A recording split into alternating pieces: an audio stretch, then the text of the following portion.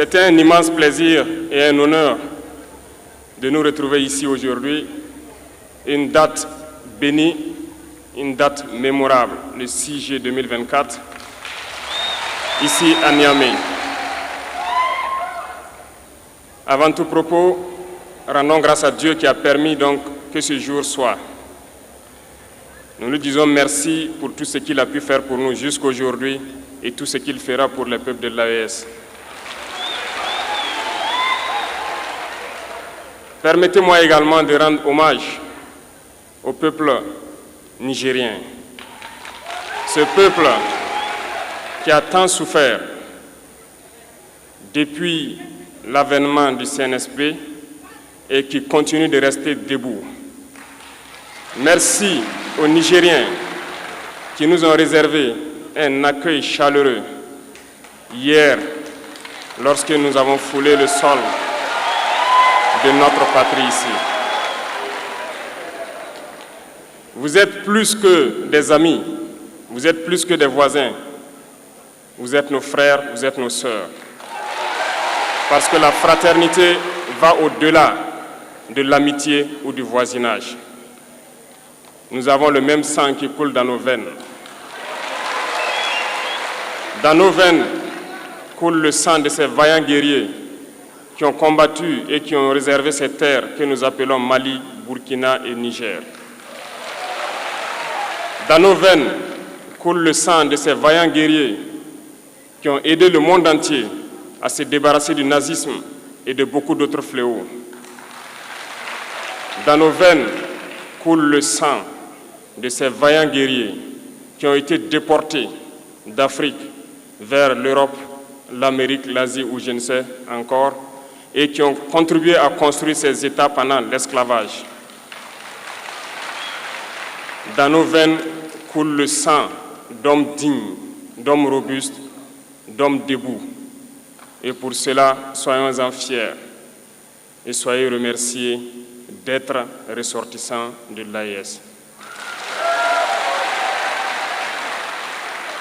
L'Afrique, ce continent qui a tant souffert et qui continue de souffrir du fait des impérialistes.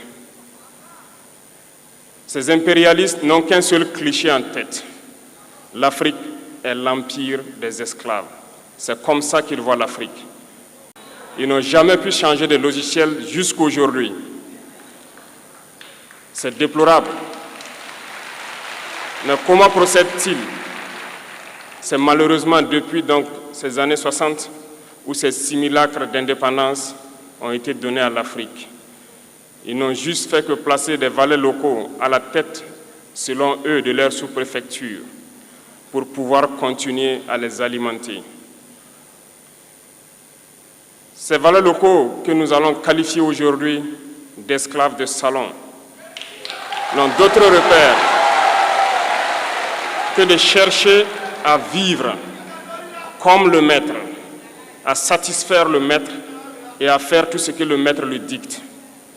Ils volent, ils pillent nos États, amènent tout chez le maître et leur richesse est conservée chez le maître.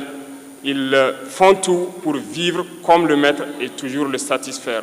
Lorsque le maître commande, ils exécutent. Ce sont des individus qui n'ont aucune dignité, qui n'ont aucune morale, qui n'ont aucune personnalité. Mais le maître esclave a toujours su identifier ces individus. Ils sont toujours prêts à trahir leurs frères pour satisfaire le maître. Ils nous ont trahis depuis l'indépendance et d'autres continuent jusqu'aujourd'hui à nous trahir au profit de leur maître. Ces individus continuent toujours, contre vents et marées, à piller l'Afrique, à aider le maître à piller l'Afrique. Ils se plaisent à le dire chaque année dans leurs sondages économiques. Le Burkina est le pays le plus pauvre, le Mali est le pays le plus pauvre, le Niger est le pays le plus pauvre. Nous sommes classés parmi les derniers. Très bien, si nous sommes aussi pauvres qu'ils le disent, mais quand est venu le moment de prendre nos responsabilités, nous avons demandé à ces maîtres de quitter les lieux. Pourquoi ne veulent-ils pas partir? Lorsque nous prenons le cas du Niger, depuis plus de 40 ans, certains pays exploitent l'uranium pour produire de l'énergie chez eux. D'Ottawa jusqu'à Paris, les rues sont illuminées, c'est la lumière. Mais au Niger, c'est l'obscurité qui nous est servie. Lorsque vous partez dans nos États, nos sols sont troués de toutes parts pour rechercher les métaux précieux tels que l'or. Mais souvent, il n'y a même pas la moindre route accessible pour atteindre les zones où ils exploitent l'or, encore moins certains services sociaux de base.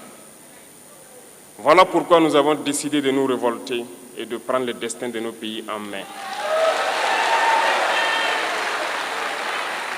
Il y a bien d'autres exemples, mais lorsque nous avons décidé ainsi, eh bien, nous avons été approchés par certains esclaves de salon pour nous passer le message de leur maître. Parce qu'ils avaient créé cette sorte de chaîne polymère qui se relève à la tête de nos États pour les servir. Et nous sommes venus briser la chaîne. Et c'est inconcevable pour eux. Ils nous ont donc approchés et ils nous ont demandé de rentrer dans les rangs pour faire partir de l'élite qui doit diriger l'Afrique, parce qu'ils ont une élite formée et formatée qui doivent suivre, qui sont incrustés dans cette chaîne-là. Nous avons refusé de rentrer dans leur rang. Et dès lors, les hostilités ont commencé. Et ils ont fait fourvoyer dans nos zones plusieurs mercenaires, des formateurs. Les agents sont descendus dans le Sahel pour espérer mener des attaques barbares, lâches contre nos populations, espérer les révolter. En plus de ces attaques sur le terrain, les attaques communicationnelles, la manipulation, la désinformation battent son plein dans leur rang. Mais les peuples du Sahel ont compris et plus jamais on ne pourra les manipuler. Ils savent d'où ils viennent, ils savent ce qu'ils font et ils savent où ils partent.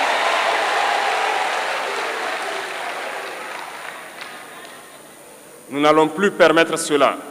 Les gens sont éveillés et les gens se battent aujourd'hui, pas pour nous-mêmes, mais pour les générations à venir.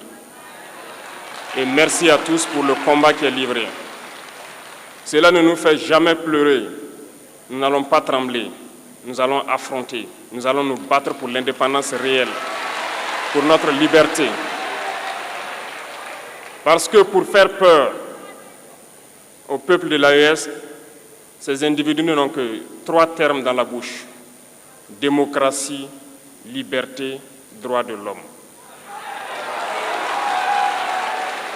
Bien sûr, leurs valets locaux ne sont élus que dans un processus démocratique, libre et transparent selon eux leurs valeurs. Quoi de plus normal qu'on veuille nous imposer cela, parce que c'est eux qui édictent les règles. Très bien, nous avons décidé de nous assumer. Voilà pourquoi un 26 juillet 2023, lorsque le Niger a décidé de tourner la page, les esclaves de salon et leurs maîtres sont montés sur les grands chevaux. Ils ont mis leurs valets locaux en avant et ont décidé de mener une guerre contre le peuple nigérien. Nous avons donc dit, quiconque osera s'en prendre au Niger nous aura en face, parce que nous mènerons une guerre sans merci jusqu'à la dernière goutte de sang pour quiconque osera s'attaquer à nos États. Cette parole, cette décision que nous avons eue hier est d'actualité aujourd'hui et sera d'actualité demain et pour toujours. Ainsi naquit l'AES le 16 septembre 2023 dans une architecture de défense mutuelle. Mais nous avons jugé nécessaire de prolonger et d'agrandir donc l'architecture de l'AES. Ce qui nous rassemble aujourd'hui doit nous permettre d'aller sur d'autres terrains en plus de la défense, notamment les finances et l'économie, les infrastructures, la santé, l'éducation, bref, j'en passe. Je souhaite donc que ces moments soient pour nous une histoire que nous allons écrire pour l'AES, mais surtout pour l'Afrique et pour le monde entier.